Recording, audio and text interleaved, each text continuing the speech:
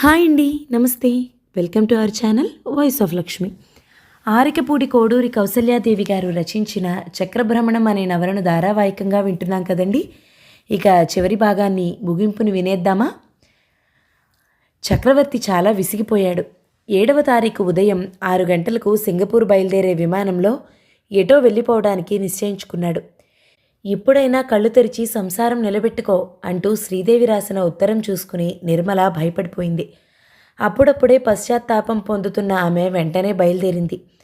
నిర్మల వచ్చేసరికి చక్రవర్తి విమానాశ్రయంలో క్యాంటీన్ దగ్గర ఒక చోట పరధ్యానంగా నిలబడి ఉన్నాడు. అనుకోకుండా హఠాత్తుగా వచ్చి కాళ్లకు చుట్టుకుపోయిన నిర్మలను చూసి చకితుడయ్యాడు చక్రవర్తి. నన్ను అన్యాయం చేయకండి, బుద్ధొచ్చింది, ఇక నుంచి మీరు చెప్పినట్లు వింటాను అని బోరున ఏడుస్తున్న నిర్మలను లేవనెత్తాడు. నలుగురు విడ్డూరంగా చూడటానికి కానీ ఎందుకీ రభస నిర్మల? రభస కాదు, ప్రార్థిస్తున్నాను, నా బ్రతుకు నవ్వుల పాలు చేయకండి నిట్టూర్చాడు చక్రవర్తి. ఏమిటి నీ ధోరణి ఇలా మారింది? నేనేం పట్టుకుపోవటం లేదు నిర్మల, ఆస్తంతా నీకే రాశాను. నిర్మల 2 చేతులతోనూ నుదురు కొట్టుకుంది. బుద్ధి తక్కువ దాన్ని, కల్పవృక్షమని గ్రహించలేకపోయాను. మిమ్మల్ని నిర్లక్ష్యం చేశాను. రంపపు కోతను అనుభవిస్తున్నాను పుట్టింట్లో. క్షమించి ప్రయాణం మానేయండి. ఇంటికి తిరిగి రండి. నాకు డబ్బే లోకం కాదు. తప్పదు నిర్మల, వెళ్ళి తీరాలని నిశ్చయించుకున్నాను. కానీ ఇది నీ మీద కోపం మాత్రం కాదు, నా మీద నాకే అసంతృప్తి. మనసు సర్దుకున్నాక తిరిగి వస్తానులే. అయితే నన్ను తీసుకెళ్ళండి. నిజంగా ఆశ్చర్యపోతున్నాను నిర్మల. పెళ్ళైన కొత్తలో నేను అమెరికా వెళ్తే నువ్వు కించిత్తైనా బాధపడలేదు. ఇప్పుడు ఇలా ఉన్నావంటే చాలా మారావన్నమాట. ఈ మార్పు గుర్తుంచుకుంటాను. కానీ నిర్మల, ఎప్పుడు నీ షికార్లు, నీ వినోదాలే కానీ ఒక్కనాడైనా ప్రేమగా నా కోరిక ఏదైనా తీర్చావా? ఏనాడైనా ఆప్యాయంగా అన్నం పెట్టావా నీ చేత్తో? ఈ మాత్రం దానికి ఎందుకు ఆ సంసారం? దెప్పుతున్నానని అనుకోకు. బహుశా నీ మనసు ఎవరిపైనో ఉండి నన్ను బలవంతంగా పెళ్లి చేసుకున్నావేమో అని కూడా అనుకున్నాను చాలాసార్లు. అదే నిజమైన పక్షంలో సంతోషంగా ఒప్పుకుంటాను. నా అభ్యంతరం ఏమీ ఉండదు. నా వల్ల ఎవరి సుఖానికి లోపం రాకూడదని నా కోరిక. వెక్కి వెక్కి ఏడ్చింది నిర్మల. లేదు, ఎవరిపైనా లేదు, అంతటి నీచురాల్ని కాను. కానీ తెలిసి తెలియని వయసులోనే పెళ్ళయ్యి కాపురానికి వచ్చాను. మిమ్మల్ని అర్థం చేసుకోక పూర్వమే మీ పిన్నిగారు చెప్పిన మాటలు విని ఇలా తయారయ్యాను. మీరు అమెరికా వెళ్ళిపోవటంతో నా అనుమానం మరింత బలపడింది. ఆనాడు శ్రీదేవి మీ స్నేహితురాలని మీ పిన్ని చెప్పినప్పుడు ఆమెను గురించి నాలో విషబీజాలు నాటుకుపోయాయి. ఈనాడు శ్రీదేవి లాంటి దేవత ఉందా అని ఆశ్చర్యపోతున్నాను. ఆమెకు మీకు మధ్య అడ్డు వచ్చి ఆమె జీవితాన్ని మోడు చేశానన్న కోపమైనా లేకుండా నా సంసారం నిలబెట్టాలని చూసింది. అయితే ఇప్పుడు శ్రీదేవి కబురంపిందా నీకు? ఆశ్చర్యపోతున్న చక్రవర్తి ఆశ్చర్యం ఇంకా ఇనుమడించింది. పక్కనే ఆగిన కారులో నుంచి వరుసగా రవీంద్ర, శ్రీధర్, శ్రీదేవి దిగేసరికి కారు దిగుతూనే రవీంద్ర చక్రవర్తి 2 చేతులు పట్టుకుని కన్నీళ్లు కార్చడం మొదలుపెట్టాడు. చక్రవర్తి నిశ్చేష్టుడై చూడటం మినహా ఏమీ చేయలేకపోయాడు. అంతా కలో నిజమో అర్థం చేసుకోలేని స్థితిలో ఉన్నాడతను. శ్రీధర్ ముందుకు వచ్చి అన్నాడు, ఏమిటి దారుణం చక్రవర్తి? మేమంతా ఏమైపోవాలి? ఎవరూ ఏమీ అయిపోకుండా సుఖంగా ఉండాలనే ఈ నిష్క్రమణ శ్రీధర్. నిస్సహాయంగా చూస్తూ శ్రీదేవి వైపు తిరిగాడు చక్రవర్తి. ఏనాడు నాకు కష్టం కలిగించని దానవు, నా పనులకు ఆటంకం రాని దానవు, ఇలా అన్ని వైపుల నుండి నన్ను బంధించేశావేమిటి శ్రీదేవి?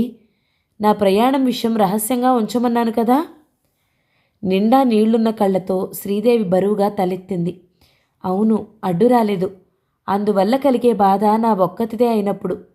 కానీ చక్రవర్తి, బాధపడిన హృదయమే బాధను అర్థం చేసుకోగలదు. నాలాగా నిర్మల జీవితం కూడా నాశనం అవ్వాలా? ఒక సంసారం నిలబెట్టడానికి మరో సంసారం బలిచేస్తావా? రవీంద్ర మెల్లగా మాట్లాడటానికి ఉపక్రమించాడు. నా తప్పులన్నీ తెలుసుకున్నాను.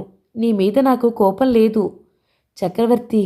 నా జీవన జ్యోతి మాధవిని నిలబెట్టిన నీ పాదాలు కడుక్కు తాగుదామని వచ్చాను. నీ పట్ల చూపిన అగౌరవానికి సిగ్గుపడుతున్నాను చక్రవర్తి. నన్ను క్షమించి తిరిగిరా, లేకపోతే నాకు మనశ్శాంతి ఉండదు. నన్నేదో గొప్పవాడిని చేసి బ్రతిమలాడొద్దు రవీంద్ర. నాకెవరిపైనా కోపం లేదు. నేనొక నష్టజాతకుడను. నాతో బంధుత్వం, స్నేహం పనికిరాదు. అందువల్ల అందరికీ అనర్థాలే. దయించి నన్ను పోనివ్వండి. మీరంతా ఆనందంగా ఉండండి. మాధవిని ప్రాణంగా చూసుకో, అదే నా కోరిక. నన్ను పోని నిట్టూర్చాడు రవీంద్ర. నన్ను మాధవే తేలిగ్గా క్షమించింది. ఇక నువ్వు క్షమించలేవా అనే ధైర్యంతోనే వచ్చాను, నవ్వాడు చక్రవర్తి. అందుకే ఆమెను దేవత అన్నాను. మరో స్త్రీ ఎవరైనా సరే సూటిపోటి మాటలు విసురును. ఆమె సామాన్యురాలు కాదు రవీంద్ర, నీ జీవితానికి లక్ష్మి. జాగ్రత్తగా చూసుకో. ఎలా చక్రవర్తి? ఇన్ని తెలిసిన నీకు చెప్పాలా? ఎలా ఆమెను జాగ్రత్తగా చూడ్డం? శ్రీదేవి చాలా తెలివిగా అడిగింది. కంటికి మంటికి ఏకధారగా ఏడుస్తుంది. పచ్చి బాలింతరాలు, అసలే నీరసంగా ఉంది. నీ ఈ చర్యకు ఆమె హృదయం తట్టుకోగలదంటావా? ఇన్నాళ్ల మన శ్రమంతా వృధా అయిపోయింది, అదిరిపడ్డాడు చక్రవర్తి. నిజమేనా అన్నాడు కంగారుగా. అక్షరాల. ఎంత మంచివారైనా ఒక్కో స్థితిలో వారిని చూసి జంకటం మామూలే. మంచినీరు లేనిదే బ్రతకలేని మనుషులు మహాప్రవాహ వేగాన్ని చూసి పారిపోవడం సహజం. నది వద్దకు వెళ్ళి నీరు తెచ్చుకుంటారు, కానీ నదే దయతలిచి వస్తుంటే భయపడిపోతారు. అందుకని కోపంతో మంచినీరే బిగపట్టేస్తే ఏమైపోతారు?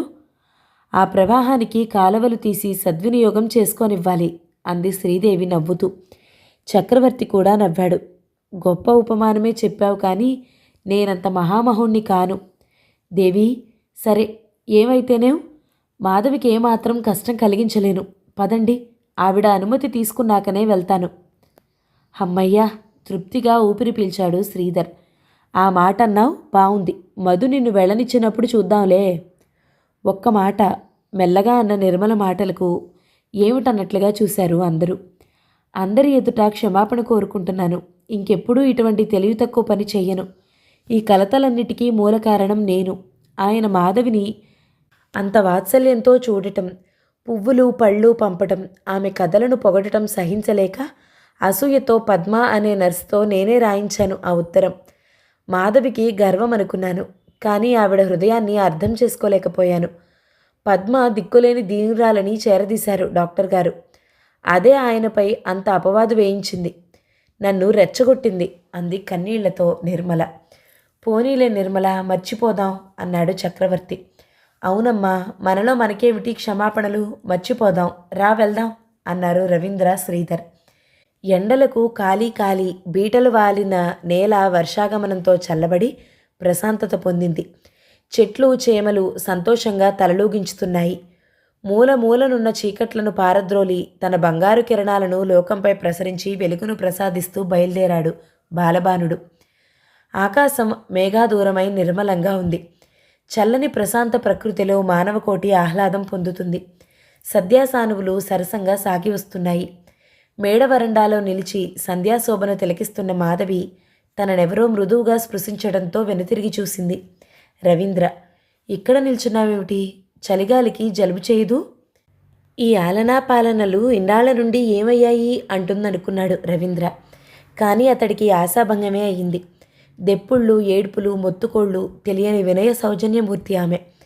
నాకింకేం జబ్బులు మాలిన్యాలు అంటవు, నీరసంగా నవ్వి గదిలోకి దారి తీసింది మాధవి. గది మధ్య స్టాండ్ ఉయ్యాలలో ముద్దులు మూట కడుతున్న పసిడి ఛాయ పసిబిడ్డ అమాయకంగా అందంగా నిద్రపోతున్నాడు. ఊయలకు అటూ ఇటూ నిల్చుని ప్రేమ ఫలాన్ని పరికిస్తూ ఆలోచన పల్లరులలో తేలిపోతున్న భార్యాభర్తలిద్దరూ చక్రవర్తి శ్రీధర్లు గదిలో ప్రవేశించటం గమనించనేలేదు. ఏం బావగారు, మీ అబ్బాయి మాతో మాట్లాడొద్దంటున్నాడా అన్నాడు శ్రీధర్ రవీంద్ర భుజం చరుస్తూ. మాధవి సిగ్గుపడి ఉయ్యాలకు దూరంగా వెళ్ళి కుర్చీలో కూర్చుంది. రవీంద్ర తిరిగి మాట విసిరాడు. అవును, మాట్లాడొద్దంటున్నాడు. మీ చెల్లాయి గుణాలు వచ్చినట్లున్నాయి. పాపాయిని చేతుల్లోకి తీసుకున్నాడు చక్రవర్తి. నోటితో చెప్పక్కర్లేదు, రూపమే చెప్తుంది ఎవరి పోలికో. మా చెల్లెలికి చుక్క కళ్ళు చప్పుడి ముక్కు లేవు. చక్రవర్తి మాటలకు శ్రీధర్ గది దద్దరిల్లేలా నవ్వాడు. మాధవి కూడా శృతి కలిపింది. సందడికి మేల్కొన్న పిల్లవాడు క్యారమంటూ పక్క వాయిద్యం జోడించాడు. చక్రవర్తి చేతులలో నుంచి కొడుకును తీసుకుని జోకొడుతూ, ఎక్కడికి వెళ్ళారన్నయ్య? మధ్యాహ్నం కాఫీలకు కూడా రాలేదు అంది మాధవి శ్రీధర్ను చక్రవర్తిని చూస్తూ. చక్రవర్తి నవ్వి ఊరుకున్నాడు. శ్రీధర్ అతడి వైపు సాభిప్రాయంగా చూస్తూ, నయం కదూ ఇంకా? నేనుండబట్టి ఇప్పుడైనా లాక్కొచ్చాను. బజారంతా కొనేస్తున్నాడు మేనల్లుడి బారసాల బహుమతుల కోసం. పండితురాలైన చెల్లెలి ముందు అవేం మాటలయ్యా, బారసాల కాదు బాలసారే అనాలి అన్నాడు చక్రవర్తి మాట తప్పింపజూస్తూ. కానీ శ్రీధర్ వదల్లేదు. ఎన్నెన్ని కొన్నాడని రండి చూద్దురు గాని, నా గదిలో ఉన్నాయి. ఏమిటి శ్రీధర్, నువ్వు మరీ నీ చిరుకోపం ప్రదర్శించాడు చక్రవర్తి. తడిసిన కన్నురెప్పలను బరువుగా పైకెత్తి చక్రవర్తి వైపు చూసింది మాధవి. ఎందుకన్నయ్య అవన్నీ? మీరు మళ్ళీ దయతో తిరిగి రావటం, అందరం ఇలా మళ్ళీ కలిసి ఉండగలగడమే గొప్ప విషయం. మీ ప్రేమాభిమానాల కన్నా విలువైన బహుమతులున్నాయా ఈ ప్రపంచంలో? ప్రయత్నించినా ఆగకుండా జలజలా రాలిపోయాయి కన్నీళ్లు. చక్రవర్తి లేచి వచ్చి మాధవి చెంపల మీద జాలువారే కన్నీటిని తుడుస్తూ మౌనంగా ఉండిపోయాడు. ఏవేవో భావ పరంపరలతో అతడు కూడా ఆవేశపూరితుడై మాట్లాడలేకపోయాడు. ఏమిటి మధు? పిల్లవాడిని ఒళ్ళో పెట్టుకుని చెల్లెల్ని వాత్సల్యపూర్వకంగా మందలిస్తూ ఆ మేనల్లుడిని లేవదీసి ఉయ్యాల్లో పడుకోబెట్టాడు శ్రీధర్. అవన్నీ చూస్తూ కూడా చూడనట్టు తలవంచు కూర్చున్నాడు రవీంద్ర. చక్రవర్తికి అర్థమైంది అతడింకా పశ్చాత్తాపంతో సిగ్గుతో కుమిలిపోతున్నాడని. మెల్లగా రవీంద్ర చేయి పట్టి లేవదీశాడు. ఆశ్చర్యం, అతని చెక్కిళ్ళు కూడా తడిసి ఉన్నాయి. ఆనందాశ్రువులా పరిహాసమాడాడు చక్రవర్తి. లేని నవ్వు బలవంతంగా తెచ్చుకున్నాడు రవీంద్ర. చక్రవర్తి మాధవి చేతిలో రవీంద్ర చేతిలో ఉంచుతూ, ఇలాగే కలకాలం ఉండాలని ఆశీర్వదిస్తున్నాను. ఇక నుంచి మాధవికి అన్నలిద్దరు. నా ఇల్లు కూడా మాధవికి పుట్టిల్లే. విధిగా ప్రతి పండుగకు వేడుకకు నా ఇంట్లో కూడా మాధవికి ఆడపడుచు లాంఛనాలు మర్యాదలు దక్కుతాయి అన్నాడు గంభీరంగా హుందాగా. అందరూ ఆశ్చర్యపోయారు. ఇతడి వాత్సల్యానికి అంతే లేదా?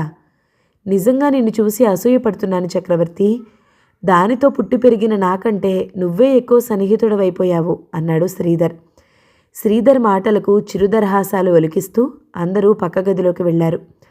చూపరులను ఆశ్చర్యంలో ముంచేస్తూ పెద్ద ట్రంకు పెట్టి తెరిచాడు చక్రవర్తి. ఒక వెండి పళ్ళెం తీసి అందులో వెండి పన్నీరు బుడ్డి, అత్తరు సీసా, గంధం గిన్నె, బంగారు కుంకుమ భరిణె, బంగారు తమలపాకుల పళ్ళెం, ఖరీదైన చీర, రవ్వల నెక్లెస్ ఉంచి మాధవి చేతికివ్వబోయాడు. ఆ పని నిర్మల చేస్తే ఇంకా బాగుంటుందేమో అంది సన్నగా. అప్పుడే నిర్మలను వెంటబెట్టుకుని పైకి వచ్చిన శ్రీధర్ భార్య. అవును, తప్పు చేయని వాడు క్షమాపణ చెప్పుకున్నట్టు నేనివ్వడమేమిటి? చక్రవర్తి మాటలకు అందరూ నవ్వినా నిర్మల నవ్వలేదు. ముందుకు వచ్చి, సంతోషంగా ఇస్తాను. మాధవి వంటి ఆడబిడ్డను పొందే అదృష్టం అందరికీ దక్కుతుందా? కానీ చేసిన తప్పు ఒప్పుకున్నాక నన్ను తిరిగి ఆ విషయమై ఎవరూ ఏమీ అనొద్దని ప్రార్థిస్తున్నాను అంది రుద్ధకంఠంతో. లేదు నిర్మల, అన్నయ్య హాస్యం చేశారంతే. తప్పులు చేయని మానవులెవరు? కానీ అది ఒప్పుకుని సరిదిద్దుకోగల ఘనత నీలో ఉంది. అందుకు నేను చాలా సంతోషిస్తున్నాను అంటూ మాధవి నిర్మల చేయి పట్టుకుని, నాది ఒక కోరిక తీరుస్తావా మరి? చక్రవర్తి అన్నయ్య మానవ రూపంలో ఉన్న దేవుడు. అటువంటి వారికి మిత్రులవ్వటం కానీ బంధువులవ్వటం కానీ గర్వించదగ్గ సంగతి. మరి నీవు సాక్షాత్తు అర్ధాంగివంటే ఎంత అదృష్టవంతురాలివో గ్రహించు.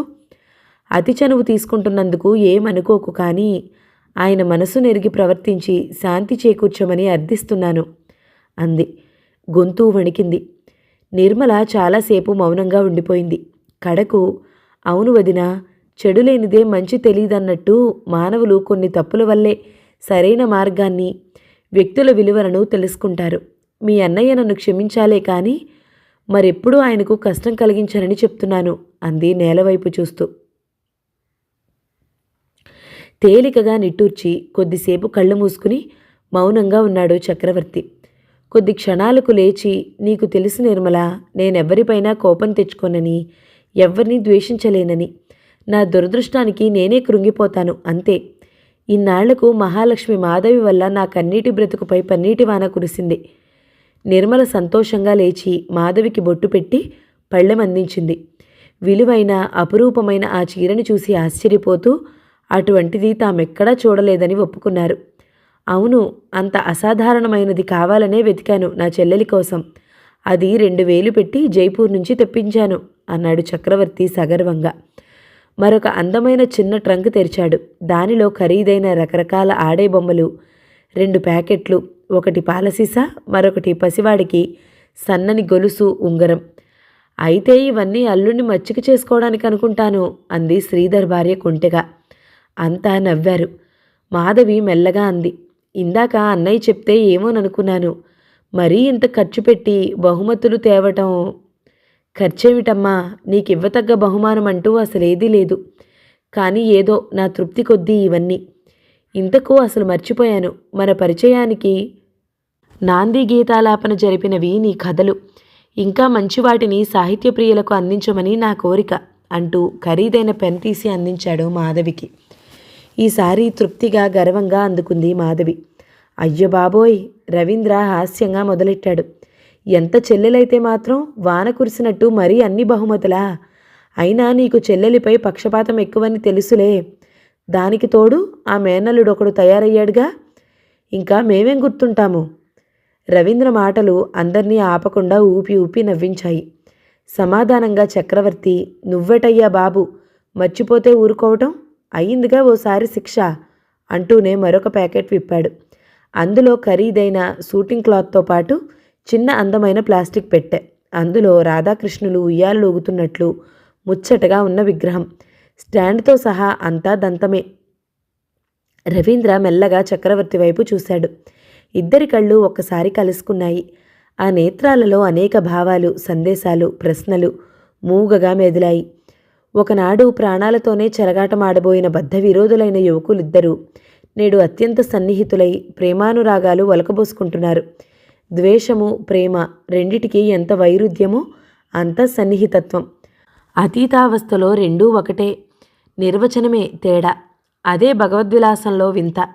దుఃఖము, సంతోషము ఉత్తర దక్షిణ ధృవాలు, అందుకే వికర్షించకుండా ఏకమవుతాయి, కానీ కలిలేవు. ఒకే చక్రంలో అమర్చబడిన ఇరుసులు ఈ సంతోష విచారాలు, అందుకే రెండూ అసలు రూపంలోనే వెలువడతాయి.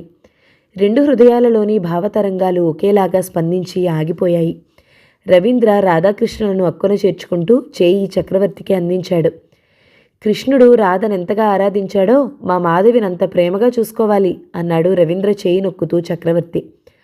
మాధవి వంగి అన్నలకు వదినలకు పాదాభివందనం చేసింది. వదిన మాధవిని లేవదీస్తూ, ఇద్దరన్నగార్ల ముద్దుల చెల్లెలైపోయింది, చూసుకోకపోతే ఊరుకుంటారేమిటి? కానీ రేపే కదా బారసాల, అన్నగారేం పేరు పెట్ట నిశ్చయించుకున్నారో తెలుసుకోవచ్చా అంది రవీంద్రను ఉద్దేశించి. అవును, నాకు వినాలనే ఉంది, సస్పెన్స్లో పెట్టకండి బావగారు అన్నాడు శ్రీధర్. నిర్మల అందుకుంది. మాధవదిన ఈ పాటికేదో మంచి షోకైన పేరే సెలెక్ట్ చేసుంటారు. రాత్రికి మెల్లగా అన్నగారికి ఆర్డర్ వేస్తే పాపం ఆయన తూచా తప్పకుండా నవ్వేసింది. మాధవి దృష్టి రవీంద్ర మీదకు తిప్పింది. అతడు ఉయ్యాల పక్కన నిల్చుని 1000 చందమామల అందాన్ని నింపుకు నిర్దిస్తున్న కొడుకును తన్మయుడై చూసుకుంటున్నాడు. పితృవాత్సల్యంతో దేదీప్యమానంగా వెలిగిపోతున్న భర్త మోములోని తేజస్సు చూస్తూ, నాదేం లేదు, వారిష్టం అంటూ మెల్లగా గది దాటి వరండాలో ప్రవేశించి మేడపైకి ఎగబాకిన మాలతీ తీగ నానుకుని నిల్చుంది. లోపల రవీంద్ర మాట కోసం అంతా నిశ్శబ్దంగా ఎదురుచూస్తున్నారు. మలయ పవనం ముంగురులతో మృదువుగా సయ్యాటలాడుతుంది. దూరాన ఆలయం నుండి వినవస్తున్న జయగంటల గణగణ ఎదలో నూతనానందోత్సాహాలను రేకెత్తిస్తున్నాయి.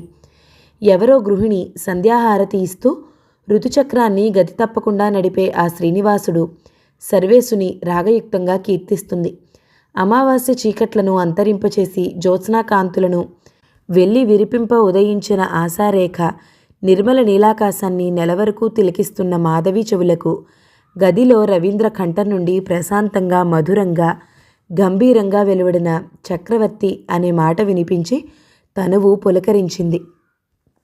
నవల సమాప్తం. ఈ నవల కనుక మీకు నచ్చినట్లయితే లైక్ చేయండి, షేర్ చేయండి, మంచి కమెంట్ చేయండి. మన ఛానల్ని తప్పకుండా సబ్స్క్రైబ్ చేయండి.